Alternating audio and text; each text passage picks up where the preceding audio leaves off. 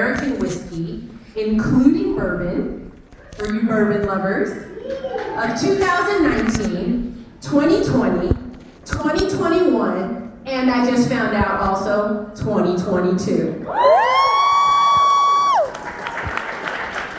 And it swept 16 of the top 18 award competitions in the world. Weaver also built the $50 million Uncle Nearest Venture Fund, investing in minority-founded, owned, and led brands with the greatest potential to grow into legacy brands. A multi-hyphenate and popular TED speaker, Weaver is a highly sought-after voice in conversations about accelerating growth without sacrificing values, inclusive organizational strategy, and leadership, making an impact with audiences of all kinds. The first Black American woman to build a $1 billion plus company from the ground up,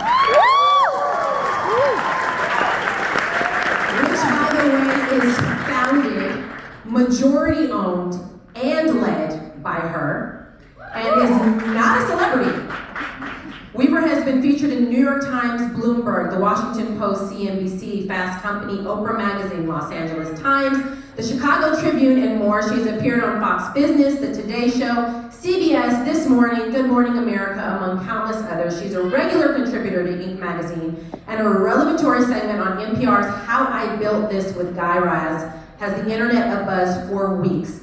A committed philanthropist, Weaver is the founder of the Nearest Screen Foundation, which offers full scholarships to every descendant of Nathan Nearest Green, the world's first known African-American master distiller. She is certified as a corporate director by Harvard Business School and sits on the Endeavor Group Holdings Board of Directors, where she also serves on its audit committee. In riveting conversations, Weaver offers key insights and impactful takeaways about cultivating an entrepreneurial mindset and what it takes to succeed across industries in business and life. And right here, I'm gonna let you guys in on something more personal. She has been an entrepreneur for decades. And the way that I know this is that when I was in college at NYU, she started a clothing business and sent me to New Jersey to sell the clothes. Because Fawn Weaver is my sister.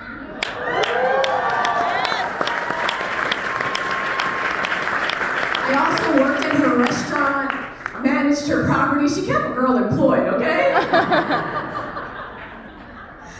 But she's not here because she's my sister. She's here because she's paid the price. Because she has not walked away when people said no. Because she's done what people don't want to do. Because she understands what values are most important. And I like this story, we joke about it, and I'll tell it to you. When I was 9 years old, we were in the kitchen, she was cleaning out the freezer, and she found a frozen onion. Don't know why. Does anybody put whole onions in the freezer? I don't know what my mom was doing. But anyways, she's on the phone, and as a 9-year-old does, I decided I was gonna annoy her, and I was gonna mimic her. So I was mimicking her, and it was getting on her nerves, and she said, if you keep mimicking me, I'm gonna hit you in the ankle with this frozen onion. And I said, well, if you keep mimicking me, I'm gonna hit you in the ankle with this frozen onion. You know what she did? She hit me in the ankle with a frozen onion. So what I wanna leave with you is that Fawn Weaver always does what she says she's gonna do, even if it hurts. I bring to you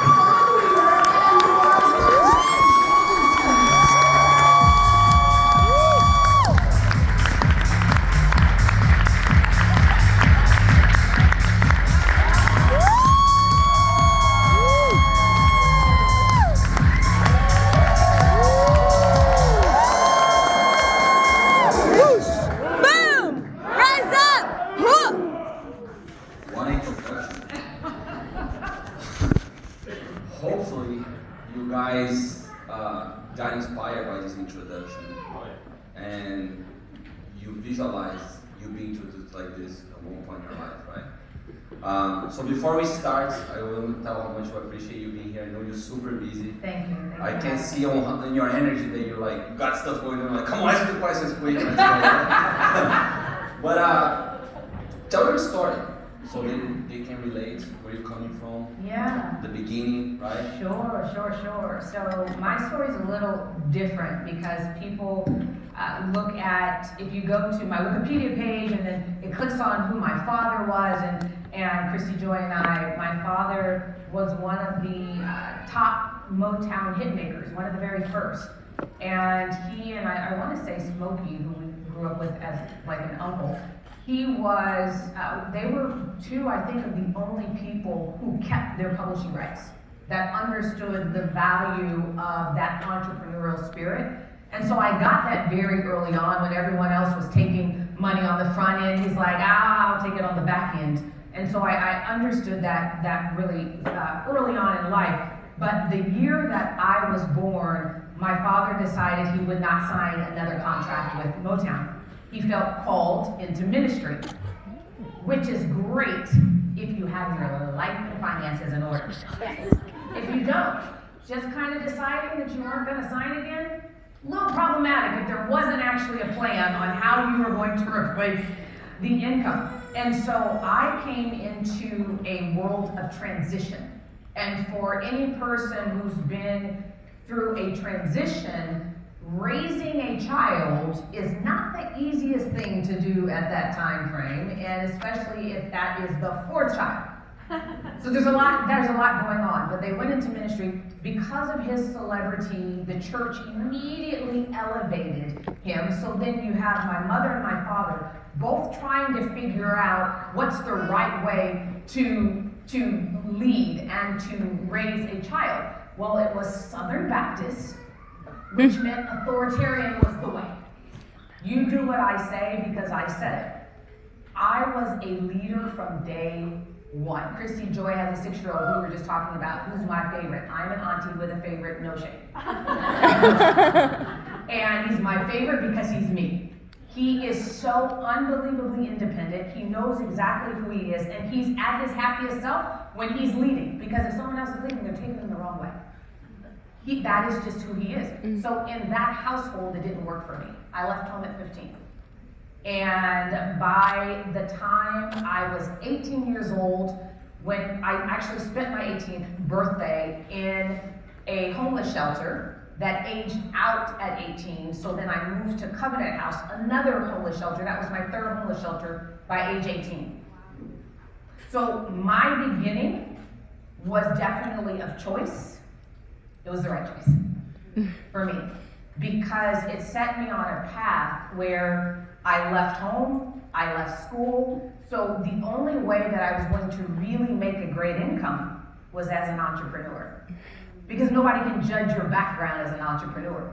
All you have is, what can you do today? That is what creates who you are, is today. And so, since my past was a little not so awesome, today worked for me. And at 18, I started a firm that was special events and PR. And that's what made sense to me. I was able, really early on, to be able to tell people stories and to tell stories around products and things of that nature. And so I was able to pick up clients pretty quickly. And I started my first company at 18 and just continued, as Christy Joy mentioned, I've had so many ventures along the way, but all of them overlap. So one thing leads into another, so it's almost like all building blocks. So even my company now, that Christy Joy, I think what she's reading is from my speakers bureau, and so I haven't updated them, but that $1 billion company is now a $2 billion company. Yeah. And it's not their fault that it's not updated, it just keeps happening really quickly. That's right.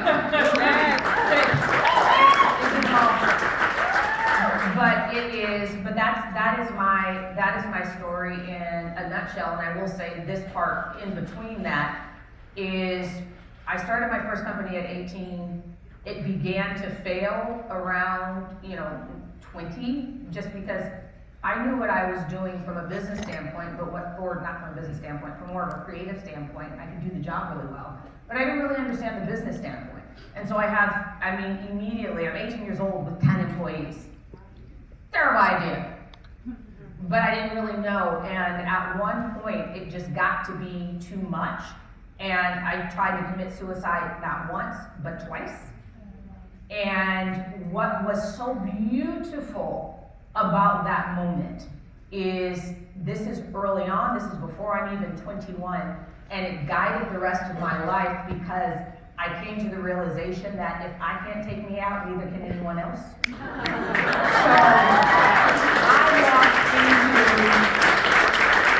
every board meeting wishing someone would take me out. Wishing. They don't. That's the nutshell. That's amazing.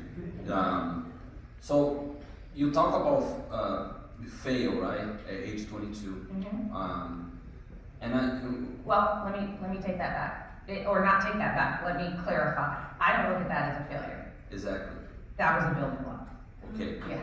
So can you just touch on this a little bit? Because you understand our business. I do. Right? You know how it is, and most people, they are when they get a no, Yeah. right? It's like a fail, right? Or they maybe have an appointment that they can close. It's a fail. They recruit somebody, they quit, they feel like a failure, right? Mm-hmm. Can you touch a little bit on this? Not looking at the past, Yeah. but what happens to you through the process? Yeah, so for me, and this is just my general rule of thumb, is I absolutely do not believe that failure exists. Failure is not failure unless you give up before you succeed. Failure doesn't exist unless you give up. And so for me, what you're looking at is a person who turned what other people would say as a failure into a building block. But it is, what Andre, I think, is asking me is a different part of this, kind of the same philosophy, which is, I don't actually focus on challenges. That's so good. So when you are stressed, when you are worried, that portion of this frontal lobe that you need to be creative, to come up with solutions, shuts down. And so for me, I know that challenges exist, big challenges, every day. They exist. I never focus on them. I'm focused on the solution, and I'm also focused on where I'm going. The goal that I've been visualizing, that is what I'm going toward. So the problems will always exist. The bigger you get, the more you will have. They'll always exist, but I am a firm believer that whatever you focus on grows. That is what you're watering. I'm not going to focus on problems. You're not going to hear me talk about problems, because to me, that then plants that as a seed into soil that I have no intention of watering. And so you're never going to hear me talk about challenges. It's the number one question I get from the press. I said, I can't tell you that. Can I tell you that I deal with big issues every day? Absolutely. But I'm not going to put my lips on them, because I just don't want them to grow. And everything that I have wanted to grow is what grows. It's what Christy just read. I think that was the best thing. Yeah. Just kidding. One thing that I noticed in your story is that you're all in, right? You have this all it takes mentality. Like, I'm all in, let's go do it. Always. Always. And when you look at your bio, like your all the stuff that you do, like you have a whiskey company, where you start with a clothing company, right? What all in means, because so many times we get caught up on, you gotta be all in this business, right? And I want people to be successful here. Regardless if they're gonna do this or they're gonna do something else, my goal is for people to be successful, right? So it's all in about a business, or it's all in about having Everything. It's all in on everything. Can you touch on this? Absolutely. So this is, my husband and I just celebrated 19 years of marriage in December. He is absolutely my favorite person in the world. He is the person who I revere the most, who I honor the most, respect the most, who I cherish the most. He is my absolute best friend. He's also my business partner. And there is on my calendar every single day a 2-hour block, Weaver family dinner. And it's just my husband and me. We don't have any children, not for a lack of trying. We still try just for the fun of it, but we're really way past that age. Way past that age. And so but that is literally my assistant, his assistant, both know if for whatever reason I have a meeting in the evening or he has a meeting in the evening, before it ever gets to that day, that 2-hour block has shifted to breakfast. We have that time every single day. We prefer dinner because that comes with open ears. I'm just saying. We have whiskey and nightcap every night with the dinner. But it's literally almost like a lunch break because we go back to work. But that 2 hours is on our calendar as the most important thing we will do that day. I am all in with my marriage. All in. And it's that happiness and that partnership and that backing that I have every day that I go out into the world, not only with the thought process of if I couldn't take me out, you can't take me out, but also with the thought process of you don't want to have to meet the man behind me. You best be on your P's and Q's, right? And so all in to me is first and foremost what fills my cup. And the reason why that's first and foremost to me is because if I am giving from out of my cup that I need, then I'm giving out of a deficit. Yeah. Those who give out of a deficit, always exhausted. Any person in this room who doesn't fill their cup first, top of the day, you're giving from exhaustion throughout the day. You get to the end of the day and you're like, oh my God, my job is so hard. No, it's not. It's not difficult if you start with a full cup. And so I only give from overflow. That's first and foremost. And my family is what's in my cup. Purpose is in my cup. My own personal well-being and health and happiness is in my cup. But I also work 6 days a week. I observe the Sabbath. 6 days a week, 16 hours a day. And then I sleep 8. But all of those things are all in. And I say this all the time, but it's honestly, it's my favorite quote. It's a Will Smith quote from a rap from 1999 called "The Bugger." My level of success is based on my level of risk.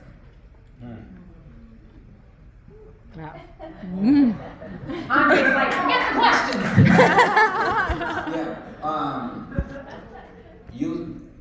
I love that you said the amount of risk. My level of success. Your level of success. Is based on my level of risk. Okay, let's touch on this real quick. Yeah. Because most people, they want to be successful, right? So most people, they have this average life. They make average income, they go to average places, they eat average food, right? And I'm not taking, you guys understand what I'm saying here. Okay, this is, you want to be successful. You understand, $2 billion, that's success, right? In business, or like her marriage, 19 years married, right? Right. Those are great tips, okay? So most people, they want that, but when the problems come, they don't like to talk about, but they need to find a solution, it's a big monster. It's a big monster because they stay fixated on it. That's what they focus on. I have developed over many years and careers in businesses the ability to stay laser beam focused on what it is that I want. The problems don't fit in with that. The challenges don't fit with that. So they get do you all remember the movie Social Network? And the Mark Zuckerberg character is sitting there, and the attorney, he's looking outside at the window, and it's raining, and the attorney says, "Mark, do I have your attention? Do I have your attention?" And he says something to the effect of, "You have the most minimal amount of my attention. My attention is back at Facebook offices where we are building things your clients will never see that." That's me. Problems have my minimal amount of attention, solely the amount of attention required to fix them, to come up with creative solutions, but they get very little of my energy. My energy has to go to the building. So you said one thing that's very powerful, because you're focusing on your goals. How do you Always. separate both? Because most people, they have a challenge doing that. Separating like the solution they need to find, the challenge they're having to solve this one situation. Yeah. I'm the same way. I hate problems. I gotta find a solution, and I have a situation here, right? How do you stay focused on your goals and your dreams? Like, It's a training, it's a muscle. Everything that just kind of comes, and it comes instinctively to me now, but I developed it the same way you would develop literally your biceps every day, by facing those challenges. And there is a book by Andrew Carnegie, and one of the things that I did very early on is to study all of Americans' types, which they've got lots of similarities, and maybe one day I'll write a book about it. But for now, just know I studied all of them, and I'm avoiding all their faults. do you guys get that one? Yeah, so good. But it is, I mean, when you look at the American Titans, whether it's JP Morgan, Charles Schwab, the names that we now see, and JD Rockefeller, that we don't realize, those were human beings. These are not cool names, these were people who were Titans. And they all left gems that are so easy for us to get. Napoleon Hill brought most of them together in the Law of Success and Think and Grow Rich and all the rest of that. But just looking at them individually. But Andrew Carnegie has a book called How to Stop Worrying. And it is a book that I read probably, I guess now maybe 15 years ago. And at that time, I still worried about things, like problems that would come up. And there was a suggestion, he gave a lot of suggestions of how to stop worrying, but there was one that I really took hold of. And it was to write down everything keeping me up at night. The biggest problems, the biggest things that were creating the most worry for me. Write them all down, put them in an envelope, and stick them in the back of a drawer. Then come back to them in a few months and see if any of them ever came true. You do that a few times, and you realize how futile the exercise of worrying is. Wow. Because what you worry about almost never comes true. But what it did is it prevented you from being able to optimize the time you were in to build what it is that you want to build. And so now I don't have to write anything in an envelope. I literally just mentally go, oh, envelope, back of the drawer. Not going to deal with that. Beautiful. And I don't even remember to come back to it mentally because it just dissipates. Wow. Yeah.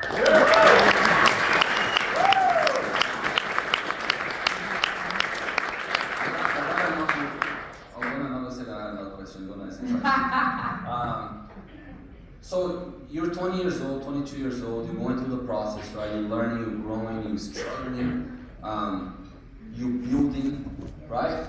And how do you find your purpose, right? Because you know, building a business is tough, right? And you have a lot of adversity and a lot of struggles, and sometimes it's not even the struggles and adversity, you're just busy, right? You have all these meetings and you have to come through here, you have to be there, you have to fly here. And then your purpose can get lost in the middle, right? Like not only, okay, the marriage, I understand, I've been married for 21 years, I love Sam. It's my biggest purpose. I say if we build everything but we don't have each other, then why? Right? There's no, why would we do that? Well, yeah, so, and that's your together purpose, but everyone has their individual purpose that existed long before they ever met their spouses as an individual. And I have a specific belief as to when that purpose is found, and until someone proves me otherwise, I'm going to stick with it. I have a belief that the majority of children, if you watch them when they're 4 years old, 5 years old, 6 years old, they are fearless. They don't believe there's anything they can't do. And if you actually watch them, they will tell you their innate gifts in that period of time. Then we send them to school in a system that is created to mold them, to follow the leader, to follow the teacher. So anyone who innately is a leader or an entrepreneur is told, get in line. Yeah. Literally, that is. And so for most people, the period of time that you are most moldable is between 5 and 7 years old. Yep. That is usually the time that schools are trying to tell you, do not be a leader, be a follower. Because I've got 30 kids in here and I can't deal with 30 leaders. So you have to become a follower. Oh, you're an introvert? Sorry. You've got to become an extrovert, which is exhausting, by the way, if you're an introvert. And so it's molding you to best shape the teacher's ease. And that's what we continue to go with. And so what I tell people, the reason why my purpose was so easy and so clear is I went back to that 5-year-old who then began getting molded at 6, that was almost cemented at 7, and I just reversed it. I just went back and said, what was I doing then? What was innate to me? And I became that person. So this is Fawn, 7-year-old, fully realized. Wow. Woo!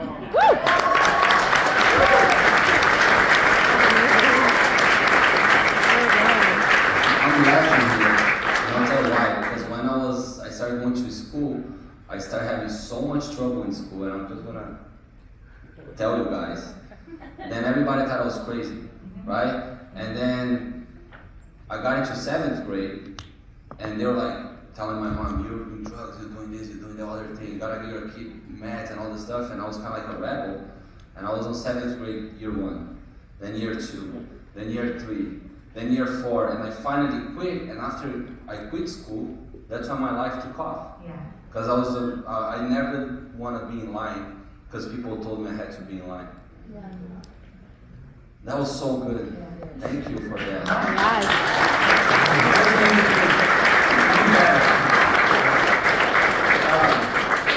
Amazing.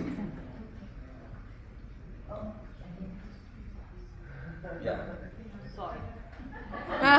What a blessing. Oh, I would totally do that, by the way.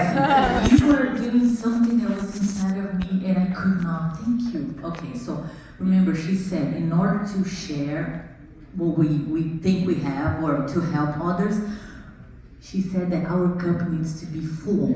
Mm-hmm. And I love what you said. I would like to ask you to just go deeper in that. Yeah. Because I think when we fill up our cup, it goes hand to hand with our purpose. Absolutely it does. So, and guys, he's the business guy. I'm more the emotional mom. You guys are all my kids. It's so true. I know it's cheesy, but it's true. But I'm worried because I know once you plug in with her own voice, with her purpose, which is God's voice, our intuition, it's His voice, that's when we have success. Yeah. So if you could I'll just... dive, absolutely. So it is, and that was an easy one to dive into because my entire company is fully trained on this one thing, which is what I call HBU.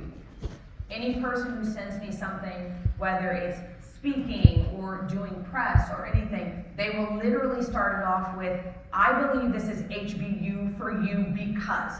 HBU means highest and best use of my time. Thank you. I say no a lot, unapologetically and with zero guilt. Not because the no, I don't see that as negative. We learned as kids that no is negative. We started saying really early on, no, no, no, and our parents were like, don't say no, don't say no. And so we see no as a negative thing. So then we have guilt in saying no. Instead of looking at it as saying, I need to find the highest yes. The highest yes in that moment, the highest yes in that day, the highest yes in my life. I need the highest yes. And so because for me, the highest yes is so positive, I have no guilt or negativity attached to saying no. And so for me, my entire day, my entire life is what is in the highest and best use of my time. So I already told you that 2-hour block for family dinner with my husband, the most important thing I will do all day. Everything else, it just adds to it.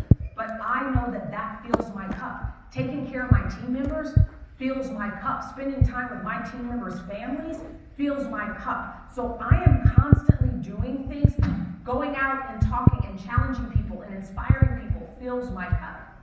And so I am constantly making sure that my cup stays full. Like if your cup is always at pretty close to full and you're only having to on a daily basis add just a little bit more water to get it to the top, to get it to overflow, that's a lot different than if you're constantly draining your cup. Or really, truly, most people are just taking their cup and pouring it over all other people and thinking that that is giving. That's not giving because you just stole from yourself. Mm-hmm. I don't steal from myself. So good.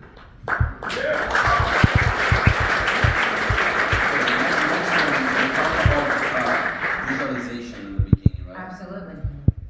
How do you visualize your future? Because you can only visualize your future, or you're gonna be doing things from the past, right? Absolutely. So how do you dive into the future? Because the Bible says that, and Thinking Maurice talks about if you can see it and feel like you receive it, Yeah. then you're gonna have it, Yeah. right? Yeah. How do you visualize? I think that's a powerful thing for. Absolutely. One, I do a method, if anyone has ever read Miracle Mornings, when you join my company, that's one of the very first books you get. And there is a thing in there called Savers. And that Savers is every morning, there's silence, affirmations, visualizations, exercise, reading, and scribing. And everyone does it differently. But the V is in my daily morning every single day. And a visualization to me means you actually feel what you want to experience when you actually receive whatever it is that you are visualizing. So for me, mine is very interesting because my goal is one that just as a normal human being sounds crazy because it's never really been done before. But my company is named after the world's first known African American master distiller. And he, for those who know the story, was a teacher of Jack Daniel. And that family, and I love that family, and I love Jack, incredible person.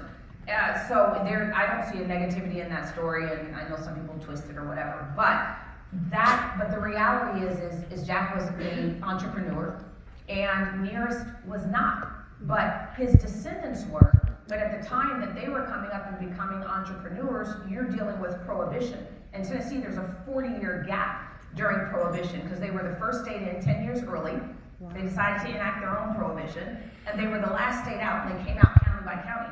So you've got 2 full generations of Green family members that may have become entrepreneurs that never had the opportunity. So I'm super clear about my life. There are 6 spirit conglomerates. When you look on any back bar here at this hotel or anywhere else, there are 6 spirit conglomerates that control more than 90% of the volume of the sales of all alcohol. So you look on the back bar and it may look like there's 300 different brands. Really, there's 6. Really, truly. And every single one is founded by, led by, owned by white male, even if they're publicly traded. I recognized very early on that because I was so bullish and I don't accept no, and I am completely unflinching in any kind of room. I don't care if I'm the only black person in there, if I'm the only woman in there. Don't bother me for 2 seconds because you don't remember my name even if I don't remember yours because I'm the only one. And so I walk into every situation. So I realized very early on I could build the first spirit conglomerate. And so I made that a part of my visualization, that there would be 7 spirit conglomerates, and the 7th one was being built by a black woman.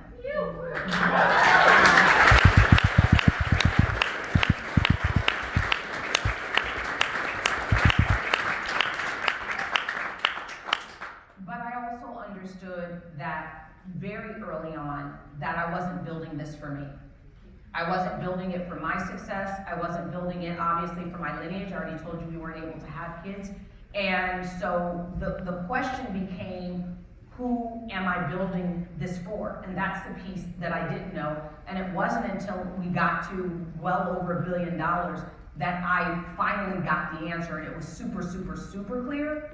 I'm building it for the Green family to give it back to them at $40 billion. Wow.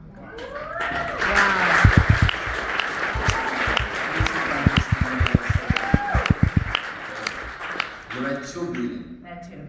In Okay, my so lifetime, I'll get to 40. You get to 40, Mhm. and then you're gonna leave. And along the way, I put every single one of Nearest Green's descendants through college. If they're college age, no matter where they're going into this in this country, I'm paying for it. And one by one, I'm going to bring them back into the company. And when I turn it over, I'll give it back. So, let me ask you this one question. When did you start the company, the whiskey company? 2016. 2016. Okay, so you Came into market July of 2017. Okay, so how long ago was 2016? 7 years. So let's talk about limitations, okay? Because here's the reality. You're going from 0, Yeah, now we're at 2 billion. yeah. 2 billion is a number that most people, they'll be like, I just want to sell this thing and walk away with $2 billion. Well, the only reason I know I'm worth $2 billion is I just turned it down 4 weeks ago. And I didn't know that. So you understand, like, so she turned out $2 billion, okay? So just think about it. 2016, 0. She was probably like making good money in 2016, but nowhere near to be a billionaire. Was it or no? No, definitely Okay. not. So now she's basically a billionaire. Yeah. Twice.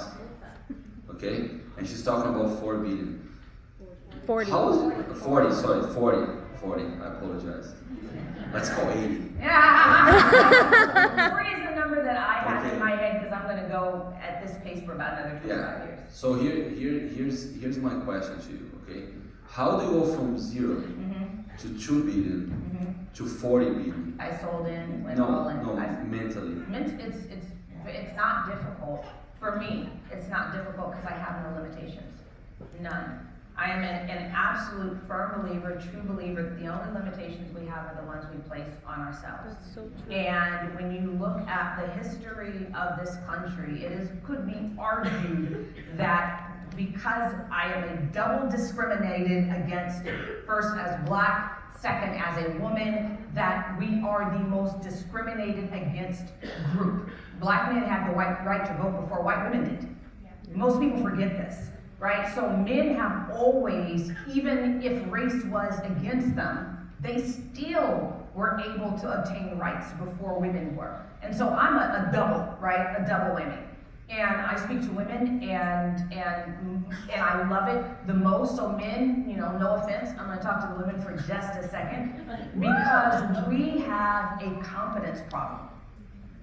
We have a limitation problem. I have, number one, and I should say this, and it has been the case from day one, and it probably can explain these numbers a little bit. My entire leadership team from day one, all women. Not in this team. The top Oh, wait. producers, the top recruiters, the top cash flow, they're all women. They're all women. Yeah. That's why you're here.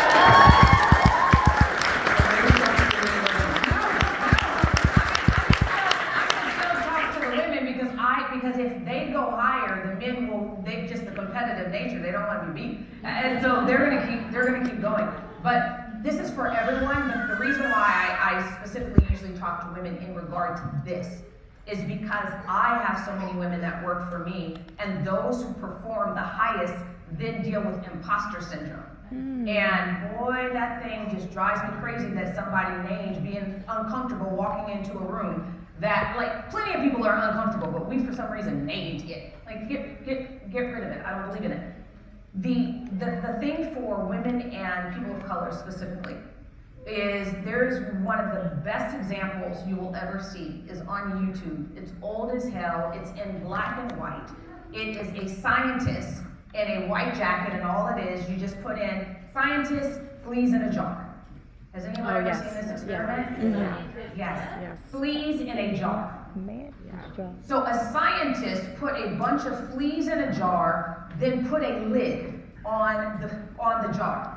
You've seen fleas. Anybody who has seen fleas, they just boing, boing, boing, and so they just keep hitting. I mean, they're little, so it's their whole body, not just their head. Right. And so they just keep hitting their full body up against this lid. Right. And after 3 days, the scientists realized that the fleas were no longer jumping high enough to hit themselves at the top of the lid.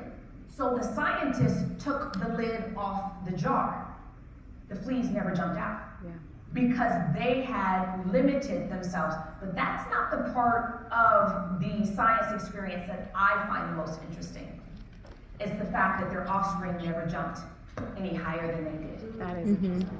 For women and people of color, our mothers were limited, our grandmothers were limited. We limit ourselves because we're holding ourselves to what they could do. And not understanding, everybody keeps trying to break a glass ceiling. Y'all, that glass ceiling ain't there no more. The last generation shattered that. We just have to have the mentality to go up above where they used to hit their heads.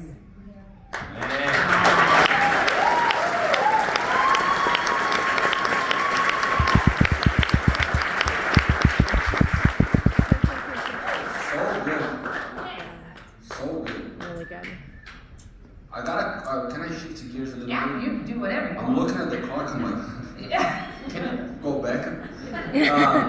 You're talking about having a company, building a team, Yeah. right? Can you touch on recruiting recruiting, and I'll tell you why. Because our business, it's recruiting driven, right? You can be a producer, you know exactly what we do. Your family's in the business.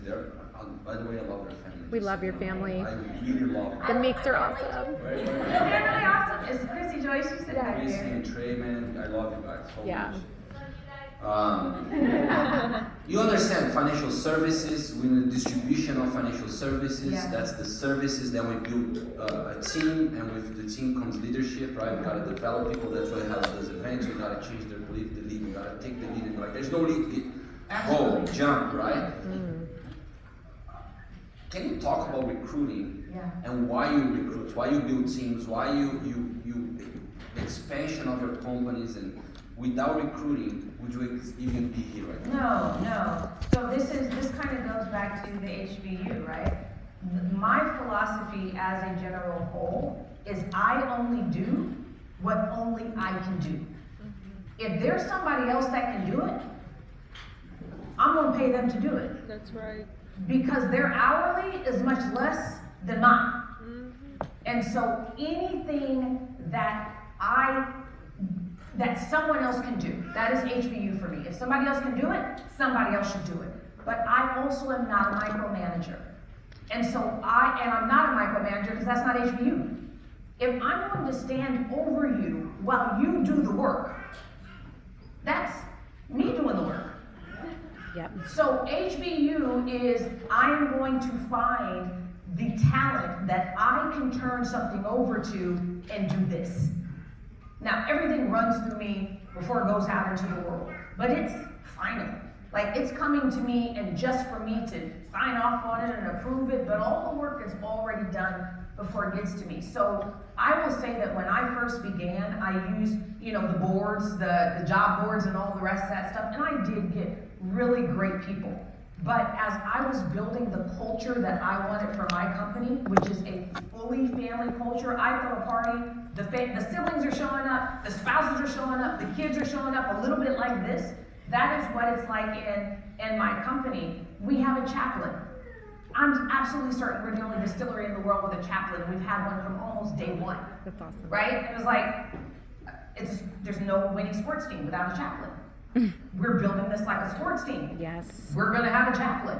And so this is just a different kind of company, and I understood that. And so I started to realize how valuable my leadership was, and how much I pour into my team members, and how much I pour into those who come to work for me. And I realized that was too great for job boards. It really needed to be my team members going out and finding other people who they believed worthy of such an incredible environment. And that we have been building. I lost it for a second. Got it back. And so so for me, that was a transition that happened, and for my company, it changed everything. Because every person coming into my company already, these are our principles, these are our values. They literally come in and they feel like family immediately because they were chosen by family. And so that is the greatest recruiting tool to me, is whoever I'm touching is then touching. Yeah. That's the recruiting tool.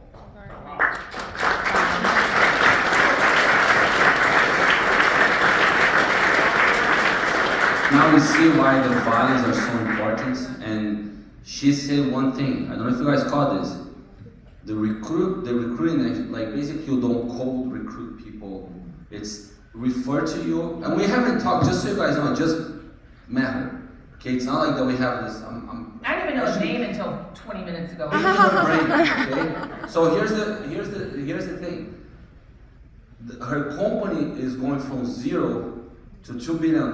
I believe, that's my belief system, basically what you're saying, you can be completely wrong, because of the culture of bringing people that she knows their value, she knows their intentions, she knows their strength of character. That's why we do recruiting the way we do recruiting.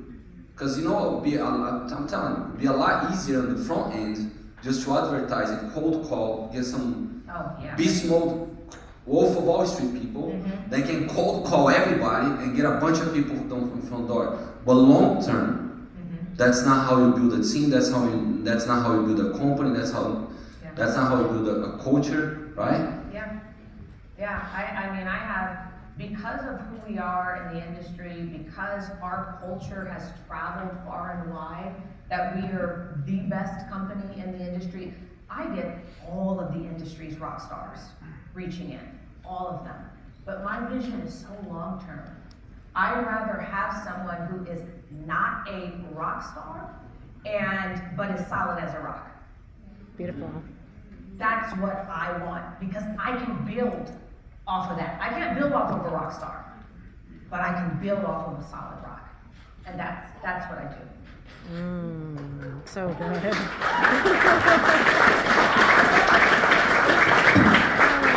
That was so good. Do you mind if I ask this question? How many employees do you have right now? I don't even know. It's over. The beautiful thing about the whiskey business, it doesn't require a lot of employees. Just the nature of our business, because we use so many distributors and thousands of whatever. But I mean, it's still over 100. But yeah, we use a lot of third party in our industry because of our legal tiers. Prayer is so good. When the Spirit leads, it happens. So here's the reality. You don't have a lot of employees, right? How important when you're building a business is to have, like you said, you have distributors, so you're leveraging other people's distribution, you leverage other people's employees, right? You leverage other people's maybe commercials, not that you don't have for your company, but maybe they have a distribution company, they have all this stuff, and now you have only 100 employees for a $2 billion company. You guys get what I'm saying right Yes, now? yes. Okay? That sounds kind of familiar with our Yes.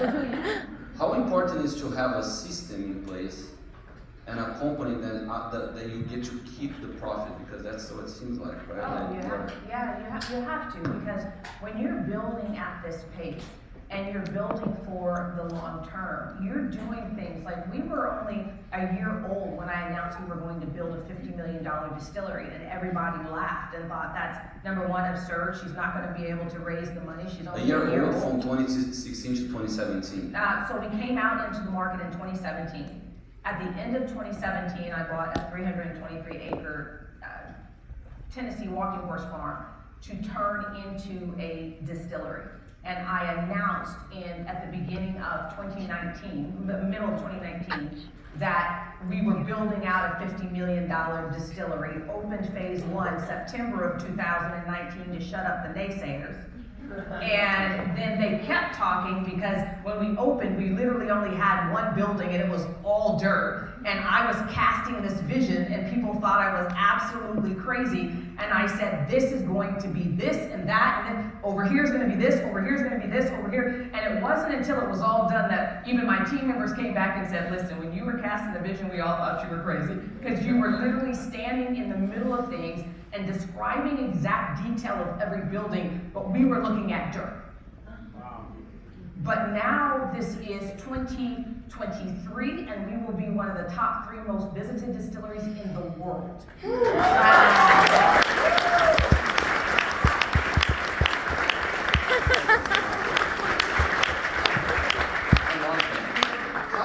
Look, you say one thing that I was a professional skateboarder, right? In the 90s, being a professional skateboarder, there was more naysayers than anything else. Of course. They're like, oh, you're gonna go play soccer, especially being from Brazil, right? Skateboard didn't exist.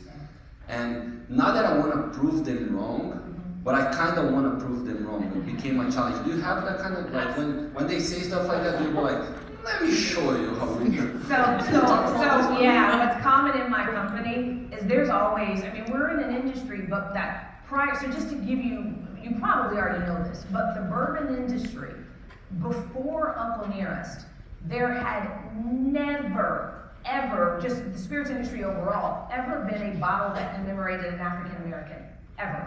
When we opened our distillery, it was the first distillery ever to be named after a Black American. When I gave my first talk in the industry, it was to 1,000 white men. This is not hyperbole. It was literally 1,000 white men. And in every place I went to, when it's all the leaders of the industry, so they absolutely thought I was crazy because no one had ever succeeded that did not look like them.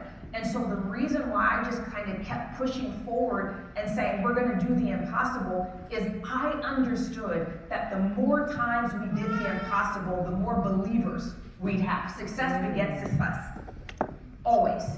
You start talking about your success, it creates more success. You visualize the success, it makes more success.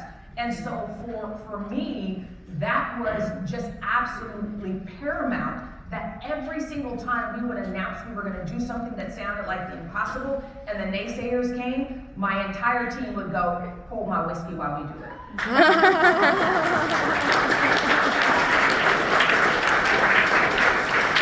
It's gonna be a yes or no answer.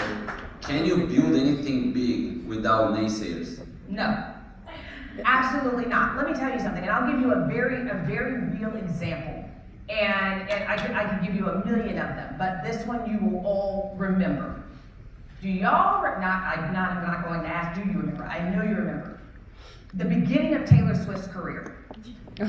Kanye. When she got on stage to accept the award for Best New Artist or best album or something like that, and Kanye ran up on the stage and said, Taylor, I'm gonna let you finish.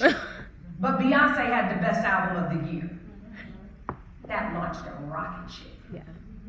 There is zero chance Taylor Swift would be known outside of the country music industry if that moment Yes. of pure embarrassment had not happened to her. That was, she literally just, she was frozen and then she went in the back and just burst into tears. And it took Beyonce coming back out with winning an award to say, I want Taylor to have her moment. And when you watch how that crowd went crazy, it was like she was receiving a Vanguard Award for being in the industry for 20 years. That moment created for her an equal amount of naysayers as it did supporters. And every album she has dropped since then, every tour she has done, the amount of money that she makes, and by the way, she don't have an agent. She put her family around her and said, you do this deal, you do the concerts, you do this, you do that. Everybody around her, family and friends. Wow. And she doesn't use none of the big agencies. Now, I sit on the board of Endeavor, William Morris Endeavor, and it's a marvel of what she has been able to accomplish. But then did anyone track when she put her last sales of tickets on sale for a concert? Yeah. Right. It broke Ticketmaster. Not literally like it broke the system to a place where they just needed to get it working again the next day. Her fans were so livid that there is now a congressional inquiry into whether or not Live Nation should have been able to buy Ticketmaster. Ticketmaster will be broken up because of Taylor Swift. Wow. That's actually a good thing. A couple of things, right? Number one, whiskey industry. I don't know anything. Thank you so much. I learned so much. But the financial industry is the same thing. 62-year-old man with gray hair. They don't have an accent like me, and they're from Newport Beach or New York. Okay, that's the financial industry, right? Yeah. We're breaking what? Paradigm. Yeah. Okay? It's a new thing. Now when we think big, we talk big. Like our goal, just so you know, I'm gonna say in front of you because I want you to keep us you hear this. I love it. Is to pay $2 billion in commission to the field, $2 billion in commissions paid in the next 10 years, right? So in 10 years from now, we're gonna look at it like $2 billion was paid, right? And we're gonna have 100,000 licensed agents in our team. That's the goal. Most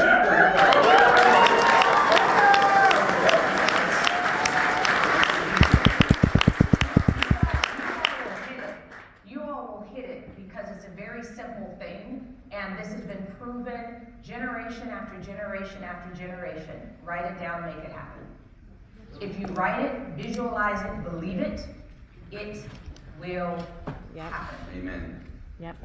I know, it is. So here's the thing, here's the thing, is our largest distributor in the country, I called them to the mat about something, and the COO needs to talk to me about the fact that I called all these people to the mat, I'm assuming it's an apology. But whatever it is, the call happens in 10 minutes, so that becomes HBU for money. As much as I love being here, that is HBU. So I'm gonna take my phone call and then I'm gonna come back. Thank you so much.